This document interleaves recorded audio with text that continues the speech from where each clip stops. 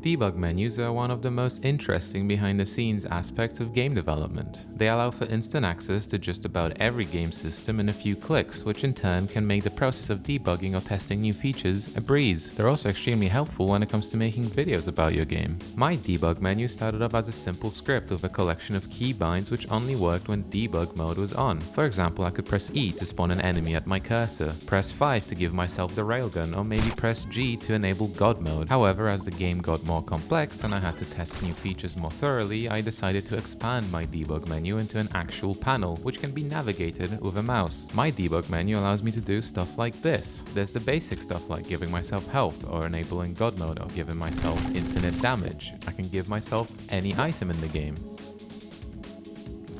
I can spawn any enemy in the game whenever I please.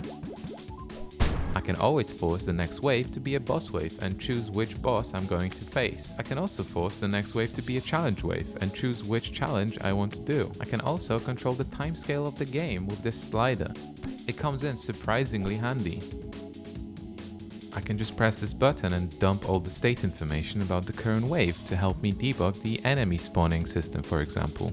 Or I can press this button and dump all the data about the player to the console to make sure that all my stat tracking systems are still working as I expect them to.